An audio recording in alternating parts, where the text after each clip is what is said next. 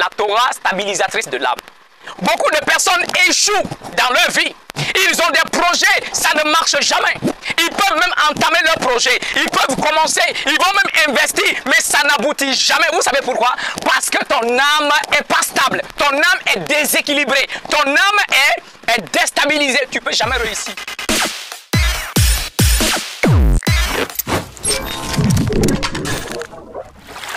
Shalom à tous bien-aimés frères et sœurs, grâce et paix sur vous au nom du Mashiach notre Adon. Bienvenue au sacerdoce du Nazir, la voix sainte. Je suis le Kohen Hanazi Nézéria. Alors ce jour, je veux partager avec vous un sujet assez important. Un sujet très important. Parmi les sujets dont je parle souvent, ce que je veux vous parler aujourd'hui est l'un des sujets que je trouve extraordinaire, formidable, mes bien-aimés. Et si tu comprends ce que je veux te dire aujourd'hui, ta vie va changer. Tes pensées, ta compréhension des choses vont complètement changer.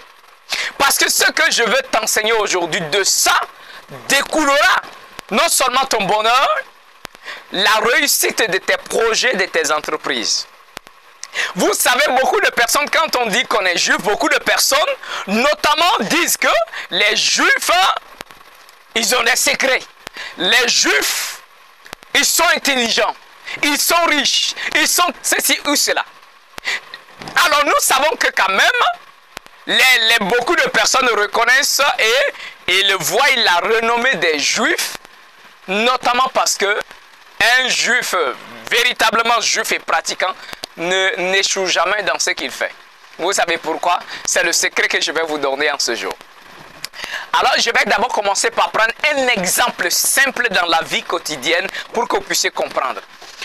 Ceux qui ont des véhicules, vous voyez que votre véhicule a une base stabilisatrice en bas qui permet non seulement de vous offrir un confort dans votre conduite, et également cette base stabilisatrice là vous permet également de stabiliser votre voiture dans des virages ainsi que dans des chaussées irréguliers. Donc le thème que je veux partager avec vous aujourd'hui est la Torah stabilisatrice de votre âme. La Torah stabilisatrice de ton âme, c'est le sujet dont je veux te parler. Alors mes bien-aimés, comme je venais de dire, une voiture sans stabilisateur conduit à la mort. Parce que la base stabilisatrice du véhicule va te donner un confort dans ta conduite. Donc quand ton âme également a un stabilisateur, ça tu auras du confort dans ta vie. De la même manière que la base stabilisatrice du véhicule te permet à ta voiture d'être stabilisée dans des tournants, dans des virages, dans des chaussées, c'est la même chose. Je vais lire avec vous un passage assez important et suite à cela, nous allons comprendre beaucoup de choses. Jérémie, le chapitre 6, le verset 16 et 19. Voilà ce que la parole dit.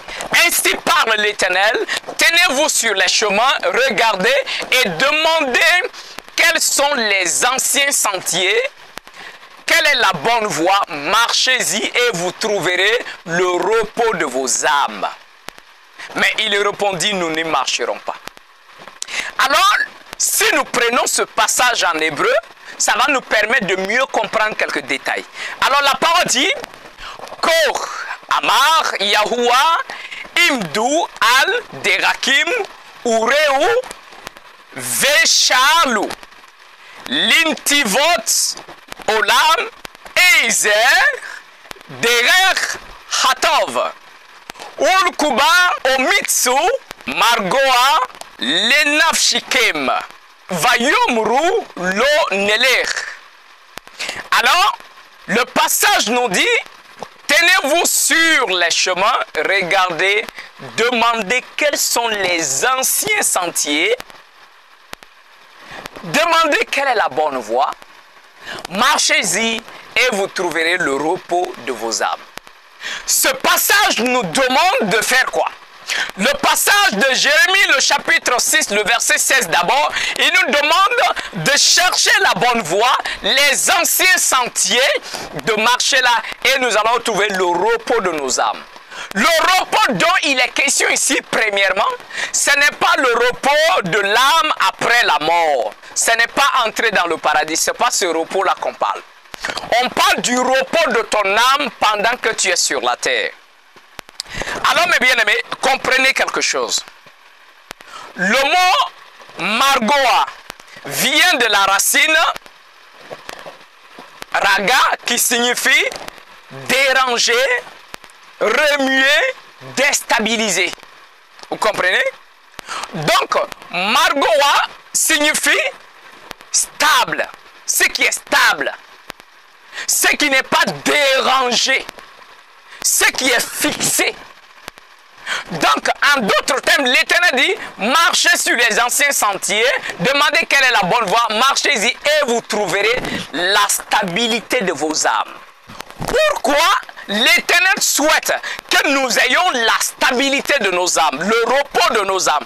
Comme j'ai dit, ce mot repos dans ce passage est le mot margoa en hébreu qui signifie être stable, ne pas être dérangé, ne pas être remué, mais être stable. Donc la parole dit, marchez sur la bonne voie et vos âmes seront stables. Vos âmes seront dans le repos, margoa, vos âmes seront stables. Pourquoi la stabilité de l'âme? Tout comme je vous ai parlé en disant, la voiture a besoin de stabilisateurs pour éviter les accidents. L'Éternel aussi veut que ton âme soit stable pour éviter l'échec dans ta vie, pour éviter les accidents dans ta vie, pour éviter le mal dans ta vie, pour éviter la pauvreté dans ta vie, pour éviter la ruine dans ta vie, la destruction de ta vie. L'Éternel veut que ton âme soit stable. Mais la stabilité de l'âme, l'Éternel dit, il faut marcher dans sa Torah. Il faut marcher dans la bonne voie qu'il a tracée, ton âme trouvera la stabilité. Mais bien aimé, regardez bien le verset 19 maintenant.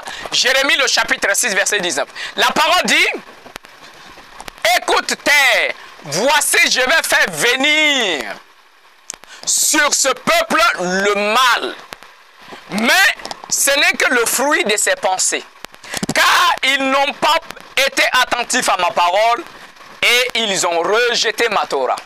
L'Éternel dit, le peuple a rejeté la Torah, le peuple n'a pas prêté attention à ses paroles, alors le malheur viendra sur ce peuple, mais le malheur là sera tout simplement le fruit de ses pensées, le fruit de ses convictions.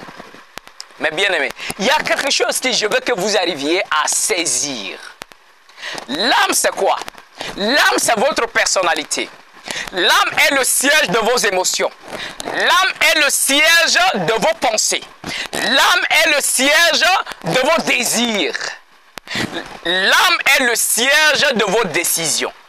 L'Éternel dit, le malheur vient sur ce peuple, mais c'est le fruit de ses pensées.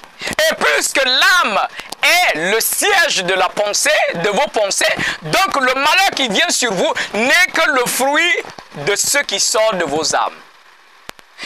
Écoutez ce que la parole dit dans le livre de Asher. Le père Asher est l'un de nos ancêtres, bien sûr. Le père Jacob a eu 12 enfants. Alors Asher, d'autres disent Azer, Asher, dans son testament, c'est un chapitre, le verset 39 et 40. Regardez ce qu'il dit. Il dit, l'âme agitée est tourmentée d'un mauvais esprit qui sert autant à sa convoitise que ses mauvaises actions. Premièrement, il dit, l'âme qui est agitée est contrôlée par le mauvais esprit. Mais quand il dit, mais l'âme qui est dans le calme et dans la joie reconnaît l'ange de la paix qui lui assure la vie. Pour que l'ange de la paix puisse t'assurer la vie, il faut que ton âme soit dans le calme. Il faut que ton âme soit dans la joie. Et ainsi, tu pourras être capable de reconnaître l'ange de la paix. L'Éternel ne veut pas que tu sois troublé. L'Éternel ne veut pas que ta vie soit un échec. L'Éternel veut que tu aies la paix dans ta vie. Tu aies la paix dans tes entreprises. Pour cela, il envoie l'ange de la paix. Mais cet ange de la paix, tu seras capable de le reconnaître une fois seulement que ton âme sera dans le calme. À partir de ce moment, tu peux reconnaître cet ange-là. Et cet ange-là, si tu le reconnais, va t'assurer la vie, le bonheur, la prospérité et la grâce. Mais l'âme qui est dérangée, l'âme qui est agitée, est contrôlée par le diable. Le Père, Dan, dans son testament, nous dit, Dan le verset, Dan aussi c'est un chapitre, dans le verset 26 et 27. Et regardez bien ce que le Père dit. Il dit, ne vous vexez pas d'une perte volontaire ou involontaire jusqu'à en souffrir. Car la vexation engendre la colère et le mensonge. Un double tort qui dérange la raison. Un double tort qui dérange la raison. Maintenant, le Père dit, et quand l'âme est continuellement dérangée, le Seigneur s'en sépare. Quand l'âme est dérangée, le Seigneur s'en sépare. Et Bélial, c'est-à-dire Satan, va la dominer. Donc, si ton âme est agitée, le Seigneur s'en sépare. Et pourquoi l'âme est agitée? Pourquoi quand ton âme est agitée, le Seigneur s'en sépare? Parce que le Seigneur ne reste pas dans le trouble de l'âme. Alors, mes bien-aimés, un autre passage dans le livre d'Ésaïe. Ésaïe, le chapitre 30, le verset 15 nous dit, « Ainsi parle l'Éternel des armées, c'est dans le retour à moi, en hébreu qui est Shuva, c'est là que vient le mot Teshuva, Teshuva c'est-à-dire faire demi-tour, te repentir. L'Éternel dit, c'est dans la repentance, dans le retour à moi, et dans le calme de vos âmes, dans le calme, que vous serez sauvés. » Le mot sauver ici, c'est être couvert, c'est être en sécurité, c'est obtenir la victoire. C'est dans la teshuva et dans le calme que tu seras sauvé.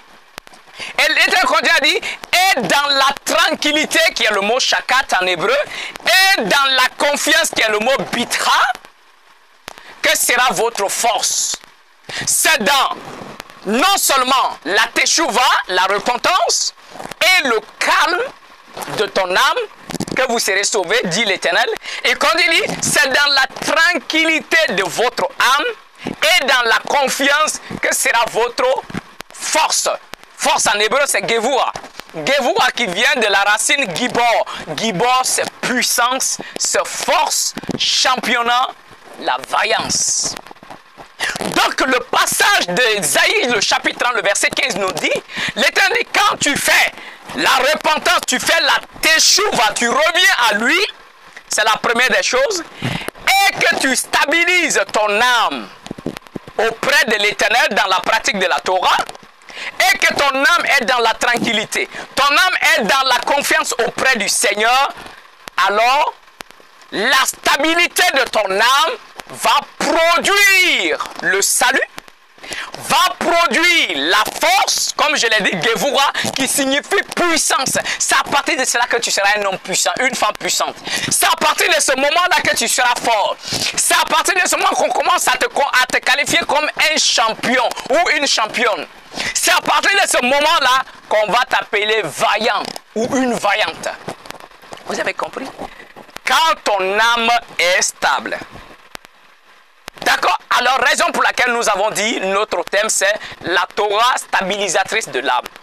Beaucoup de personnes échouent dans leur vie. Ils ont des projets, ça ne marche jamais.